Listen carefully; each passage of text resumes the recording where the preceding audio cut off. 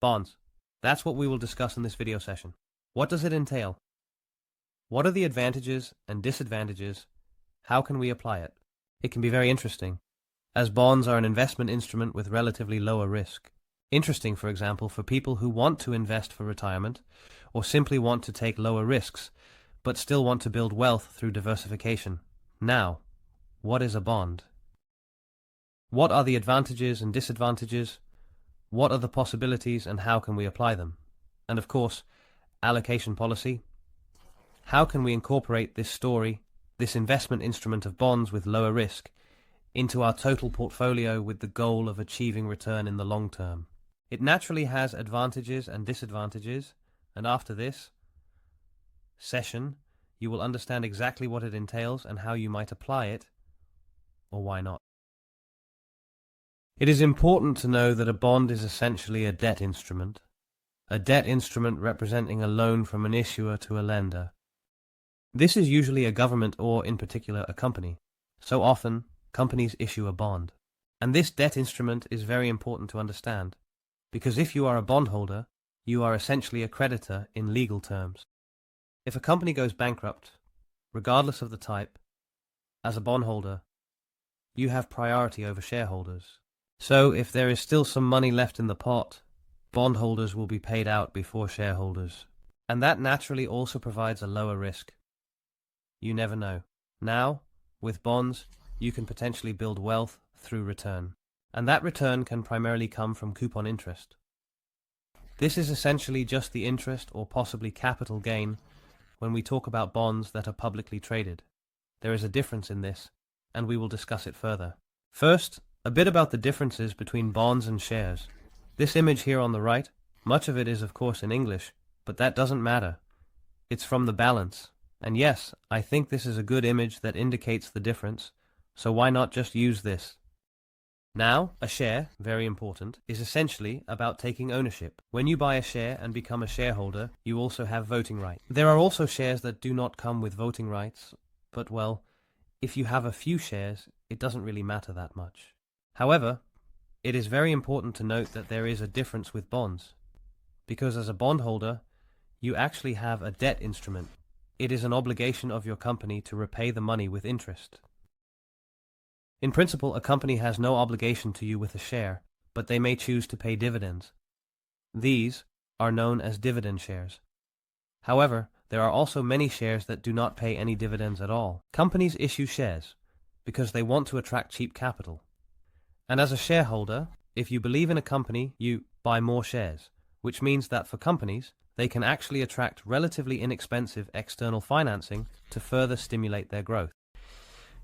Larger companies often issue bonds in order to attract fixed-rate external financing, allowing them to carry out investment decisions. There is also a special variant of bonds, and they are called convertibles. Convertibles, the word itself indicates this, are convertible bonds that you can potentially convert into shares. It might be interesting to explore that further. Another important characteristic of bonds is creditworthiness. And in principle, it is the case that a share also has a certain risk classification, which you can find, for example, at the Giro or another institution. But with bonds, it is even more nailed down, I would say. And you can see that based on the creditworthiness. This creditworthiness is determined by external financial agencies. The two most well-known are Moody's and S&P. These companies actually assess each bond based on its creditworthiness. This means that if it receives a AAA rating, it is actually a very, I can't say completely safe bond, but it is indeed quite safe. You have almost no risk at all. And often, government bonds, for example from the Netherlands or some other prosperous country, often have a AAA rating. This also means that you receive very low interest because yes, the risk is almost new, so yes, you don't get much interest either. Interestingly, there are also bonds from, for example, somewhat less financially strong companies that still want to attract external capital. Yes, then that person says, that's nice, but your risk profile is quite high, so I give you a lower rating. And that goes, yes, here is a classification from high grade to lower medium. It is important to know that if you are really going to invest in individual bonds, then the credit rating is very important to consider. In fact, you should stay away from low ratings. For example, in this case, BA2 or BB, however they refer to it, it is actually already seen as speculative. You also have very speculative investments, and the lower the rating, the higher the risk, and that reflects the facts. For example, a company that is actually on the edge of collapse wants to make one last attempt to ensure its continuity, wants to attract external financing to pay its suppliers, for example. However, the risk is so high that it may go bankrupt. So, which crazy person would invest in bonds? The people who are willing to take some risks and therefore want to receive high returns in exchange. Everyone has their own thing. Personally, I wouldn't do it myself, but I think the essence of bonds is to look at the more reliable bonds, because you are seeking more certainty in returns. The potential return we are talking about actually determines the rating. Essentially, that is the risk profile, and the maturity refers to the duration of the bond. If you take a look at a model, in this case from Investopedia, you can see how this works. Here on this axis is the duration, so the maturity weight. And in this case, it ranges from 5 to, for example, 25 years. It doesn't really matter that much. On the left axis is the yield to maturity, which can actually be seen as the yield or interest. In this case, the coupon rate. A very simple example is to think about your mortgage interest. If you want to lock in your mortgage interest for a longer period, for example, not 10 years but 20 years, you will also pay a higher mortgage interest rate. For companies, it is no different if they want to issue their bond for not 10 years but for 20 years. Yes, that means that someone who buys a bond that lasts 20 years is taking on more risk. That risk must be compensated in the form of a higher interest rate. So in this case, for example, let's see, it's around 3% for convenience. And at 20 years, it's around 4%. Now, it doesn't mean that you are completely tied to those 20 years. It depends on whether the bond is intentionally listed, yes or no. But you also see that the shorter the duration, the lower the risk is in principle. The company has a better chance of being able to fully repay the bond if there are shorter terms. You can assess this, of course, by looking at what the solvency of the company actually is. Either the creditworthiness or the financial balance. Do they make a profit? Can they easily repay this bond, and so on? There's a distinction between government bonds, which are also called government treasury, such as in the financial market. A government bond from the Netherlands has a relatively low interest rate, as does that from America. Those from Turkey, for example, will have a somewhat higher yield, because they theoretically also contain a higher risk. There is a slight difference with corporate bonds that still have a higher creditworthiness. Take ASML, for example. For whatever reason, they want to attract external capital, a profitable company. It doesn't seem like there's much risk involved, so they get, for example, an AA rating or AA+. No idea. In any case, it's high.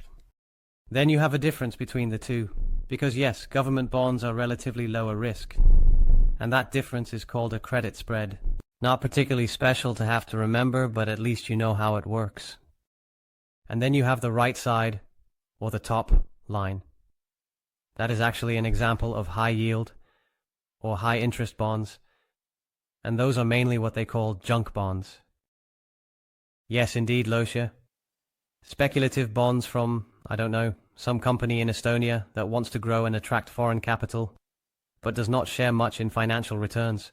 So that risk is assessed as high, receiving a low credit rating, and so that company, because it needs to make itself interesting, must offer a high interest rate to attract risky investors.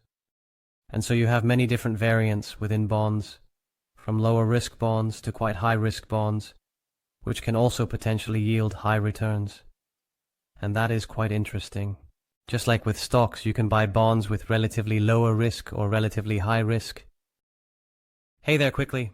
My name is Jorik Vermeulen. I have over a decade of investment experience and also in entrepreneurship. I have my own company called Happy Investors in the Netherlands, and we share information about investments in stocks, including the S&P 500 losses and various other index funds. Through this channel, Business Investor, I share a lot of knowledge completely for free. Don't ask about anything, but I would really appreciate it if you would subscribe, follow, and share the videos with your friends, because my only goal for this channel, Business Investors, is to help you achieve financial freedom. However, when I think about bonds, I think of, for example, pension investing or low-risk investing. Then it does not make sense for me to invest in those so-called junk bonds, because one of the primary advantages of bonds is that they offer low risk. Then, for example, stocks, even real estate, and especially cryptocurrencies and even other investments, except for savings deposits. And why is that? Well, because bonds offer a debt obligation from the company to you, so that provides more security, more certainty of income through that coupon interest. Now, bonds can be liquid. That is an advantage. Then you can quickly enter and exit. The higher the liquidity, the faster you can sell.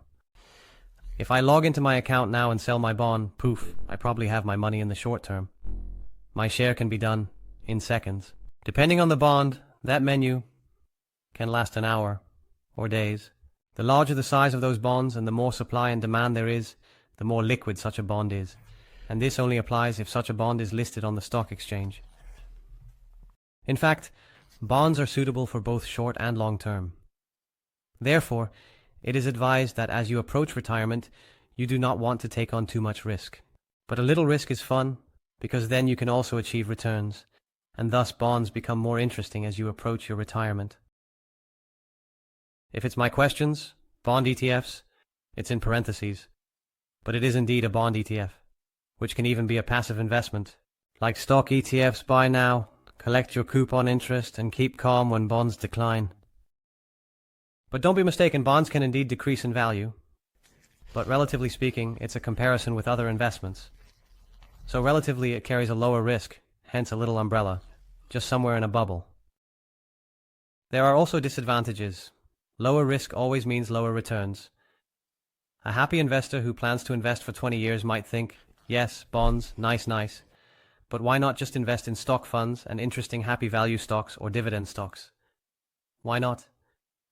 Because you can achieve a potentially higher return. Well, there is also talk of volatility in bonds. Don't forget, bonds can really drop by 30–40% in the short term. A stock market crash is a stock market crash. For example, what we often see is that when inflation rises rapidly, especially when interest rates increase significantly, it always has a very negative effect on bonds. So those are a few things you can do. Reverse bonds. That is an interesting development that you should always keep an eye on if you want to invest in bonds. Now, if you are going to invest in individual corporate bonds, then you simply need more knowledge. So that is a disadvantage, should you want to do that. The only reason you would want to do that, those individual corporate bonds, is of course because you want to achieve a somewhat higher return.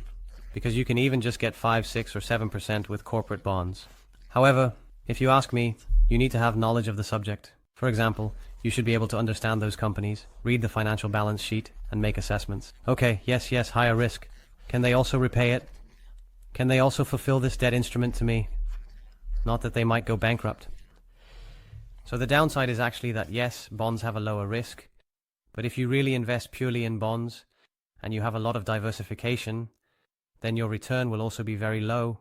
So your wealth grows very slowly, but with relatively more certainty. I always enjoy putting that into a little calculator model, our calculator tool. Yes, just imagine. We are contributing €500 monthly and starting with €10,000. We are aiming for an average return of 4%. That is actually a mix of bond ETFs with perhaps some individual bonds, and then 4% could indeed be achievable. However, we have inflation and taxes, and we are relatively mild by calculating with 2%. And even after 30 years, we see that our wealth does not increase very much at all with these settings. And the blue line here shows the return, and you can see that in total, yes, what will it be? 20% or €20,000 in returns over 30 years, and that is of course very little. Therefore, for long-term investors, we are particularly interested in stocks. We can achieve a higher return, 7, 8, 9, 10, maybe even a little more for the advanced among us. Natural returns lead to much greater wealth growth simply because you are generating returns. So that is definitely a disadvantage of a bond ETF. You won't forget that. With stocks, you can also make mistakes, or I don't know, face risks and volatility. And 30 years is a very long time. So, that line, that currently goes a bit like this. With bond ETFs, it will also fluctuate somewhat like this, but with stocks, it will be much more extreme, and that requires more emotional discipline. Well, one advantage of bonds, and I find this image very nice to share, is that it does provide a relatively safe foundation. Think of savings deposits and bond ETFs. Yes, okay, the return is low, 3 to 4%, maybe a little higher. It does give you the option to potentially experiment with higher risk, using the returns you achieve on your assets. So, your base remains relatively safe, you sail smoothly towards your retirement, and maybe, because you invest that return in risky activities, you might find a treasure chest, a pearl, who knows, and you will have a nice return. So go to our website businessinvest.info. You can find our own track record of money invested and our performance, and then go to free investing tools. This way, you can download a lot of free investing tools, including Apple Stock Portfolio Tools, calculators of drench valuation, as well as free investing ebooks like the ETF Investing Guide, Stock Investing Guide, and more, coming soon. Yes, there are many different ways to deal with this. The most important thing is just to think about it. How can you shape your personal investment strategy based on your specific wishes and needs for the future?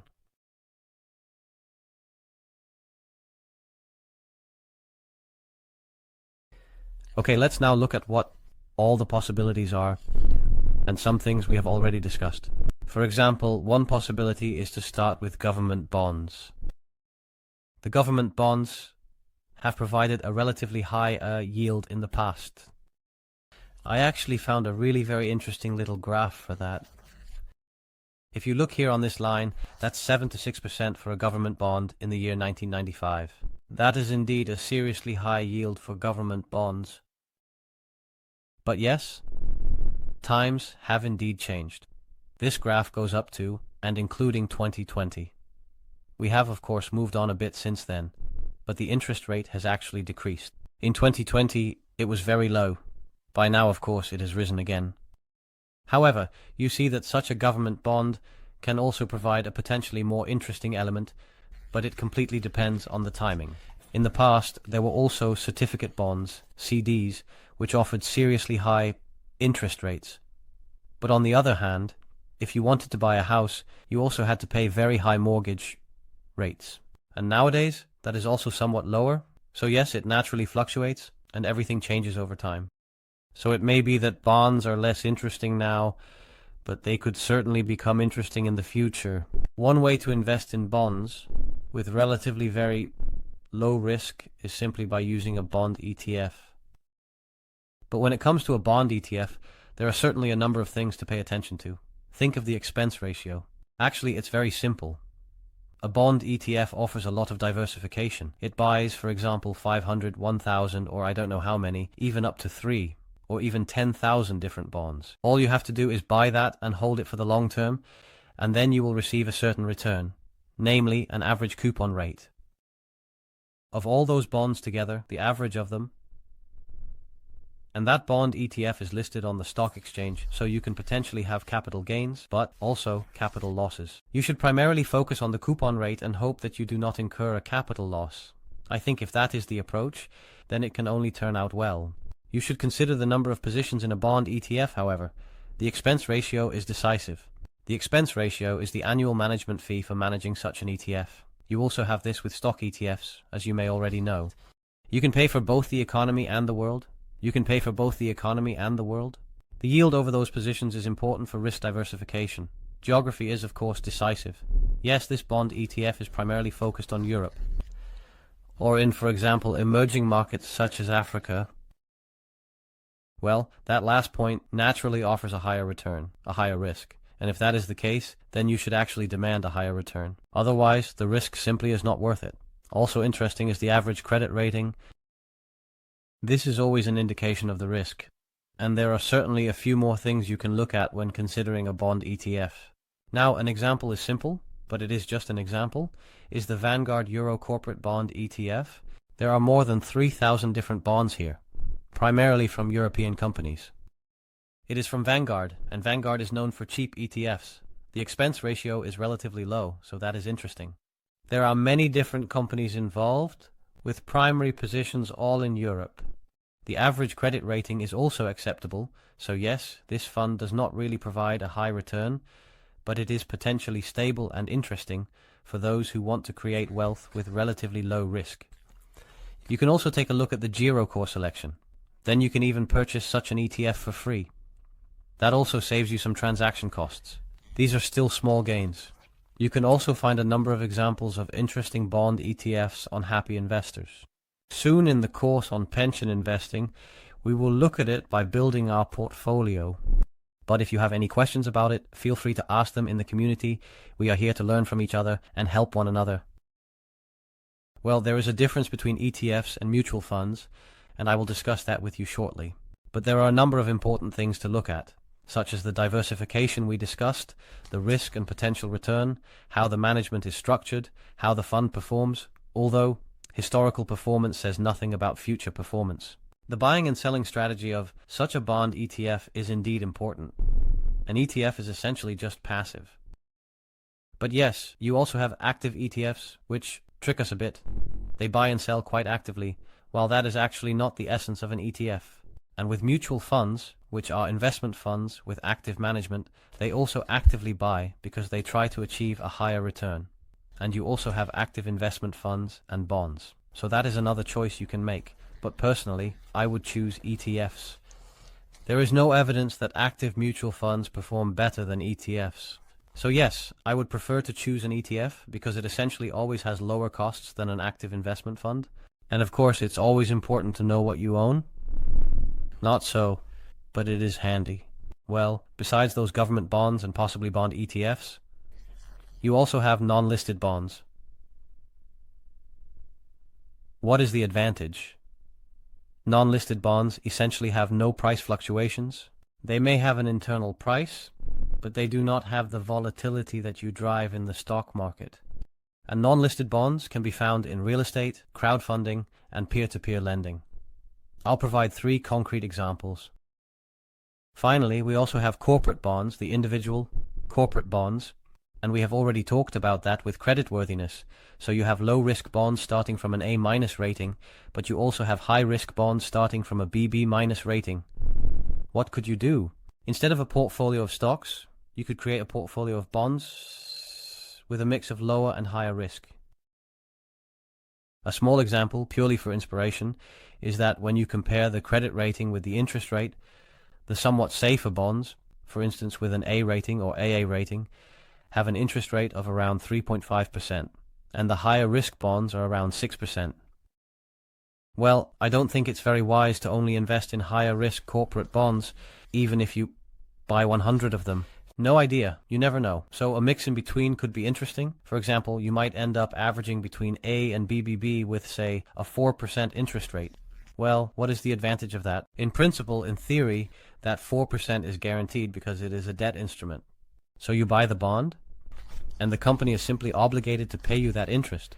However, a company can also go bankrupt. As a creditor, you have priority over shareholders, but it does not guarantee you will get your money back in the event of bankruptcy. So yes, look, we are investors. We believe in diversification. We believe in long-term growth. If we invest in assets, we are taking a position that, in the long term, will lead to an increase in the global economy, resulting in company growth, and thus, on average, a good return for us. With corporate bonds, it's the same. You need to have faith in the positions you buy. That's why it's helpful to understand what those companies are. What is their business? What is their financial balance? Are they making a profit? Do they have profit growth? Is there a real chance that they might have higher or lower credit ratings? And can they still repay my bond? Yes or no? And is that the case? Is the yield they offer still interesting? Because maybe I think the risk is higher, and then I won't accept 4%. No, then I just want to expect 6 or 7% from them. Well, if they can't offer that, okay, fine. But then I look for another bond that does offer the right balance between risk and return. So, you should reason like this, and then you can assemble a portfolio where you can still get a sort of, yes, insured income, so to speak, and you have to take into account that if you buy 50 bonds with a range from low to high risk, some of them will earn, and some of them, for example, will still offer interesting capital gains, allowing you to achieve a nice overall return from both interest and capital gains. Yes, as you may already know, I primarily invest through the Giro, but also use eToro and Maxim to purchase certain ETFs that are not available on the Giro. The Giro also does not offer many individual bonds. You have a number of bond ETFs and a few individual bonds, but not a lot, I must say. To make it a bit more concrete, when you go to the Giro, you simply have a search function in the navigation menu for stocks or bonds, and then you go to bonds, and there you see a range of available bonds that you can invest in. And here I have as an example government bonds, in this case those from the Netherlands. This runs until 2037 in this case, with a coupon rate of 4%. And you can see that if you had invested during the financial crisis, you would have achieved a serious capital return after about, let's say, 9 years, nearly doubling your investment. No, I must say it even doubled. Well, that's not bad for a bond, a government bond I should say, to double your money, and then you also receive that coupon interest paid out every year. However, as we see, it can also be completely different. You think about investing in the safe government bond from the Netherlands, and you buy at this peak thinking, oh yes, it will surely rise in the long term, but nothing could be further from the truth, and it actually declines significantly. I don't know exactly how much it is, but just a rough estimate, at least 30%. So if you had invested 10,000 euros in your supposedly safe government bonds, you would currently be facing a loss of 3,000 euros. Yes, you would still receive that coupon rate for a few more years, but that really doesn't make up for the loss. So don't count yourself rich. And you have another government bond, just purely as an example, also from the Netherlands, which offers a higher yield, namely 5.5%. But here too you see the fluctuations, the relative prices, and the potential for a significant decline. So nothing is certain, not even with government bonds. However, you do not have to sell, you will simply receive your returns, but you must hold it until the end of your term. Then we also have corporate bonds, which are also listed on the stock exchange in this case. And just purely as an example, we are still with the Giro, we move to bonds, and here we see an example from Aegon. Aegon is a stock. You can buy shares of this company, and you may even receive a potentially attractive high return dividend. So they also pay out dividends, but for whatever reason you choose the next bond with a relatively low risk, and they then pay out 1.7%. You can see here again the price was at 100. Now the price is at 12, which means that if you bought a bond from Aegon in 2006, wow, you are down 90%. So yes, that 10,000 euros is now only worth 1,000 euros. And even in the worst case scenario, you also have a few years with inflation taken into account, so you actually have even less than 1,000 euros. Yes, it is a sad case. So also corporate bonds. It could very well turn out badly. That is the most important thing. And that is the most important thing. As a beginner investor, whether you are investing for your pension or not, you did not anticipate this possible market decline. Well, the emotions that appear here in this valley, you cannot predict them in advance. So it's quite plausible that you just think, screw it, I'll take a loss, I'm getting out. But then you'll have a loss for the rest of your life. That is always the risk when investing. So you also need to keep your emotions under control.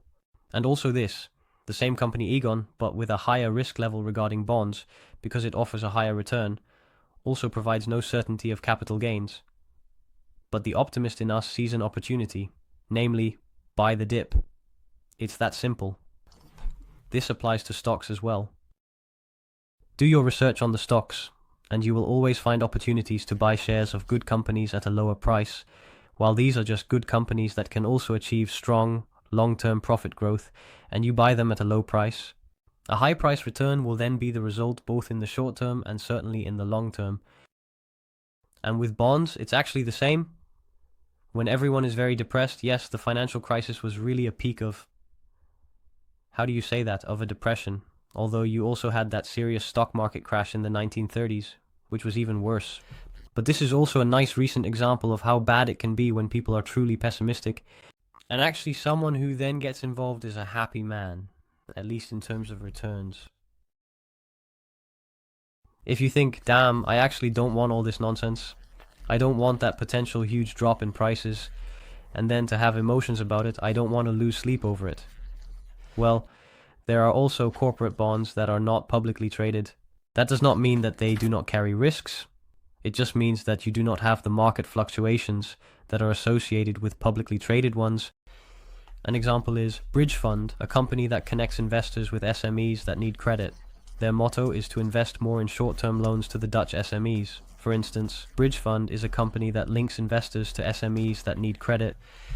Yes, their motto is more about investing in short-term loans to the Dutch SMEs. So yes, we are a company, and we can also borrow money from them. The minimum requirement is that you can start with 100,000 euros. The term is relatively flexible, and they offer a fixed return of up to 5.25% per year. The monthly payout is... Interest is paid monthly. I didn't say that quite right, but anyway, it is monthly. And what's interesting is, of course, that you can offer a lot of diversification across many different companies, albeit in the Netherlands. So that diversification is very important. Another example is through crowdfunding. This is One Planet Crowd. I personally find it a nice website because it features relatively many sustainable projects. In this case, but this is simply just one example that I had taken, is solar energy in Uganda. They then offer a return of 7%. Uganda is quite far away, so take less risk, and then you can invest in business projects in Europe or even in the Netherlands, some with an interest rate of 5.4%, some with 8.9%. The loan terms are indicated, so in this case the duration is 5 years. This means that if you invest, your money is essentially locked in for 5 years. It's just a matter of what you call it. Corporate bond, loan. If you ask me, it all comes down to the same thing. It's simply one of the options for investing. Another example, purely for inspiration, is box storage. Invest in storage units, bonds, with a guaranteed return of 8.75%. When I see this, guaranteed returns above 8%, which is quite high, I always have a little doubt, but you never know. Maybe they are right. Investing from 2500 collateral, well, you really need to delve into such matters properly. Yes, storage units indeed provide an interesting return, even if you are planning to buy a garage box or multiple ones. That is, of course, one of the investment strategies you can also apply. However, you should always thoroughly research this kind of investment. On the old website, businessinvestors.info, you can find our own track record of money invested and our performance, and then go to free investing tools. This way, you can download a lot of free investing tools, including stock photo tools, stock calculators for intrinsic valuation, as well as free investing ebooks, like the ETF Investing Guide, Stock Investing Guide, and more. Coming soon. Well, finally, something about the allocation policy. This is very important, especially if you are going to invest for retirement.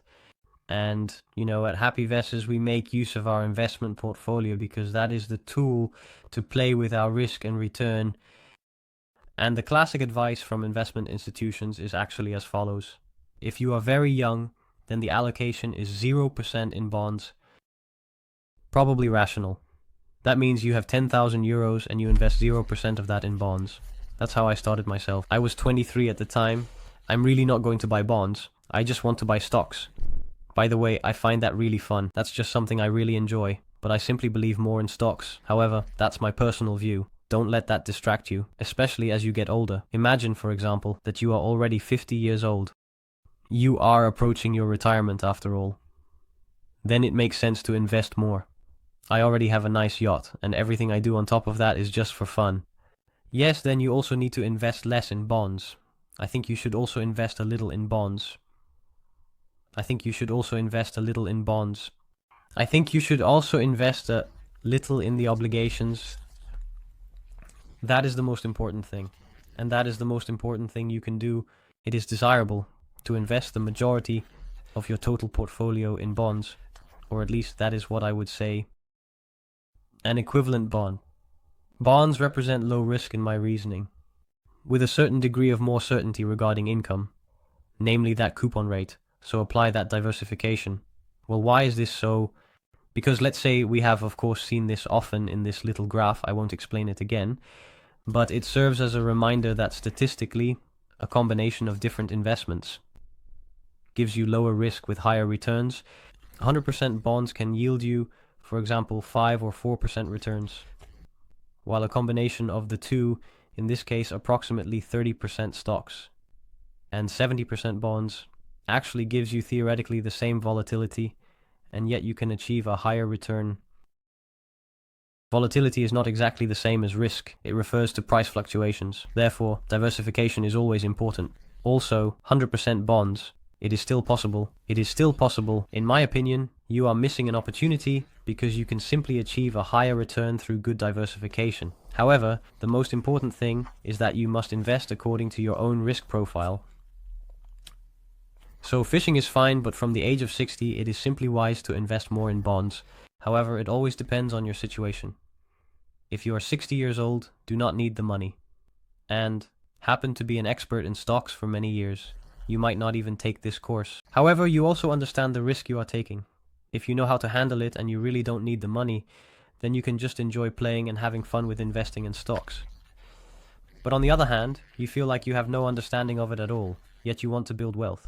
In that case, it is simply wise to take lower risks. However, everything is based on your own risk profile. Now, a funny quote from Warren Buffett is that Wall Street makes money from actively investing. So the active investment of your assets, we earn money through management fees, expense ratios, or sales costs and transaction costs. However, as long-term investors, we earn our money simply by being inactive. We buy assets for the long term and simply hold on. One last piece of inspiration. Pause it if you simply want. If you don't take risks, then you also potentially cannot enjoy the possible benefits of that. It can also turn out badly, but that is why we follow this course. Therefore, we will invest according to the happy investors method, namely for the long term. The bonds that have specific advantages, such as more certainty of returns, are just one of the options we can include in our investment portfolio. The investment portfolio diversifies across different asset classes, including bonds, stocks, real estate, etc., for nice average returns and risk diversification. Now, in the long term, bonds are likely to offer lower returns than stocks and real estate. Therefore, if you are younger, it is smarter. Well, maybe smarter isn't the right word, but statistically speaking, you could actually take more risks. You also have more time to recover from any mistakes. You also have more opportunities to invest during dips, that kind of thing. The more successful you are now, well, the closer you approach your personal goals, so the older you are. The larger the desired position in bond ETFs should be, you simply have less time to recover from a stock market crash, such as there are more advantages and considerations. Bonds therefore simply have lower risk. It absolutely does not provide a 100% guarantee of profit. There are always more ways to lose money. However, it does provide relatively more certainty and also some stability. So depending on your preference, it can be slow and steady and win the race. Or you might be more like me, wanting to go a bit faster and accepting to take on a bit more risk, also because you know what you are doing. Then it is of course more interesting to invest more in individual stocks, but nothing is necessary, and do it especially according to your own risk profile.